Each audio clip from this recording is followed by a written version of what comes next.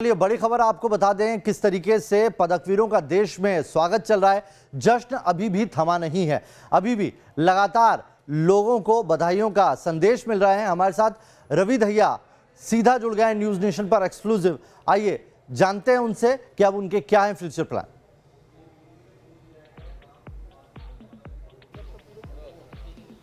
रवि दहिया कुश्ती की दुनिया का नया उजाला बनकर सामने आए हैं। तमाम पहलवानों के लिए नए रोल मॉडल बने हैं और इस समय रवि दहिया हमारे साथ हैं छत्रसाल स्टेडियम में। रवि जी, बहुत बड़ा मौका है, देश को आपने पदक दिलाया है और आप रोल मॉडल भी बने हैं। ऐसे में आपकी टिप्स और आपसे प्रेरणा लेके बहुत सारे पहलवान सामने आएंगे, क्या इस समय क्या महसूस होता है? देखो जी, पहले तो सबको हाथ जोड़कर धन्यवाद करता हूँ मैं, और आप लोगों ने इतना प्यार दिया तो इतना पहली बार इतना खिलाड़ियों को देखने को मिला है, तो बहुत बहुत धन्यवाद सबका।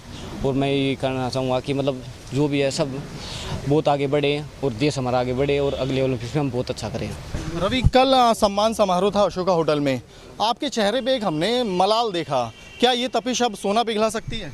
देखो जी, अब तो बस यही है, जो हो गया वो अब उससे संतुष्ट हम, पर आगे जो बढ़ेंगे, जो अब बहुत कुछ करना है इसके लिए तो जी बिल्कुल, हमने देखा कि आपके अंदर एक ये चीज़ है कि गोल्ड लेके आना है अगली बार के लिए। बिल्कुल जी, बिल्कुल हम तैयारी करेंगे इसके लिए कि हम अगली बार देश के लिए गोल्ड मेडल जीते हैं। देखिए, आपकी जब एक पहलवान जब आगे बढ़ते हैं तो जाहिर है परिवार का, सभी कोच का, सबकी मेहनत होती है, पर कोई ऐसा वाकया आपको याद आता है अपनी लाइफ का, क्योंकि अब आपने रजत जीता, तो जो आपको अक्सर जहन में आता हो कि कितना संघर्ष रहा, कोई एक याद जो आप शेयर करना चाहें? देखो पिता की कोच। बिल्कुल जी, देखो मैं लगातार अच्छा परफॉर्म कराया। 2015 में मैं इंजरी में हो गया था, उस टाइम जो हमारे कोचेज हैं सब, इन्होंने मिलकर मेरे को ऐसे मोटिवेट किया कि भाई देखो समय है, थोड़ा उतार चढ़ाव चलता रहता है, तो उन्होंने इस टाइम पे बहुत ज़्यादा मोटिवेट किया। फिर मैं 2018 में वापस आया, उसके बाद से मैं लगातार अच्छा कर रहा हूँ। 2015 में इंजरी के बाद आपने वापसी की? बिल्कुल जी।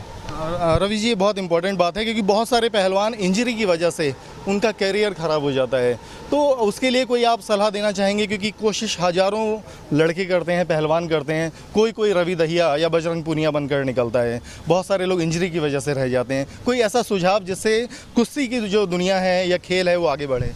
देखो जी, बस यही है इसमें तो कि भाई जितना ज़्यादा फोकस होगा आदमी, तो इंजरी तो देखो उतार खेल का हिस्सा है, उसमें थोड़ा थोड़ा उतार चढ़ाव रहता है, तो हमें अपना मन पक्का रखना चाहिए और इसके लिए हमें तैयार रहना चाहिए हर चीज़ के लिए। जी, और जो आपके पिता से आपकी जब आपने मेडल जीता तो सबसे पहले किससे बात हुई है आपकी? देखो जी, क्या सबसे पहले तो जी देखो PM सर का फ़ोन आया था, मैं वहीं पे आया तो सबसे पहले तो उन्हीं से बात हुई थी। पिताजी से तो सर 2 मिनट बात हुई थी, बस वो भी कई दिन बाद बात हुई थी। जी बिल्कुल। और जब आपने ये पदक जीता है उसके बाद जो तमाम लोगों से आपका मिलना हुआ, और एक सबसे बड़ी बात है, जिस रशिया के पहलवान ने जो आपको इंजरी दी थी सेमीफाइनल में, कजाकिस्तान के पहलवान ने, उसने क्या उसके बाद माफ़ी भी मांगी? कोई वो वाला वाकया? बिल्कुल जी, देखो हम उस टाइम तो हो गया था, वो तो देखो खेल है, उसने भी अपना पूरा देना था और मैंने भी, तो अगले दिन हम सुबह मिले वजन के टाइम पे, तो उसने मेरे को सॉरी बोला कजाकिस्तान के पहलवान? बिल्कुल जी, बिल्कुल जी।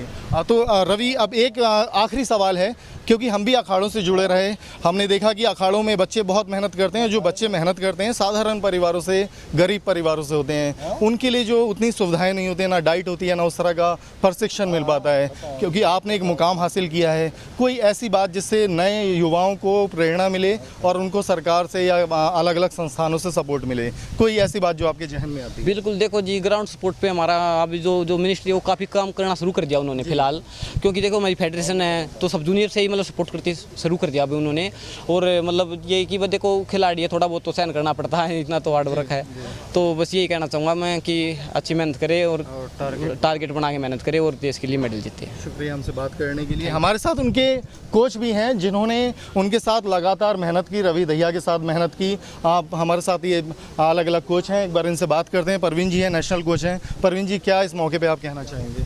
सर, हमें बहुत ज़्यादा खुशी हो रही है कि हमारे सेंटर में 9 साल के बाद जो है ओलंपिक का मेडल आया है। इससे पहले 2012 में सुशील कुमार जी और सर का मेडल आया था, लेकिन हम गोल्ड की उम्मीद कर रहे थे, लेकिन वो बाई चांस चलो कहीं ना कहीं कमी रह जाती है। अगली बार जो पेरिस में हम इसको पूरी करेंगे सर। जी बिल्कुल, अगली बार पूरी करेंगे। और आगे की जो संभावनाएं हैं और प्लेयर्स किस तरह की, रवि की जीत से किस किस को प्रेरणा मिलेगी? सर, रवि की जीत से तो पूरे भारतवर्ष को प्रेरणा मिलेगी, क्योंकि एक युवा है, 23 साल का युवा है, इसने एक पहला ओलंपिक था उसमें में जाते ही इन पोडियम पर चढ़ा है, ये अपने आप में एक करिश्मा से कम नहीं है, क्योंकि इस उम्र में बच्चा ओलंपिक के मेडल लेके आता है तो नए जो बच्चे हमारे पास 150 बच्चे करीब हैं, वो भी सोचते हैं कि हम भी रवि की तरह ही बने और जाके मतलब ओलंपिक मेडल लेके आएँ। शुक्रिया। ये इनके पर्सनल कोच हैं जो ओलंपिक टोक्यो में भी उनके साथ थे।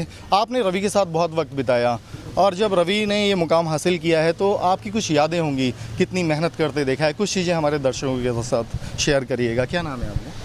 मेरा अरुण कुमार है। मैं सेम रवि और मैं एक ही गांव से हैं। मैं रवि से काफ़ी सीनियर पहलवान था और ये रवि जब छोटा सा था तो हम एक साथ ही एक जैसे रूम पार्टनर होते थे, सेम रहते थे।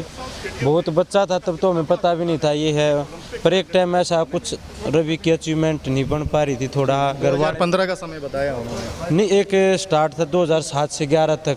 वो समय एक टाइम ऐसा था उसमें रवि की कोई अचीवमेंट नहीं आ पाई।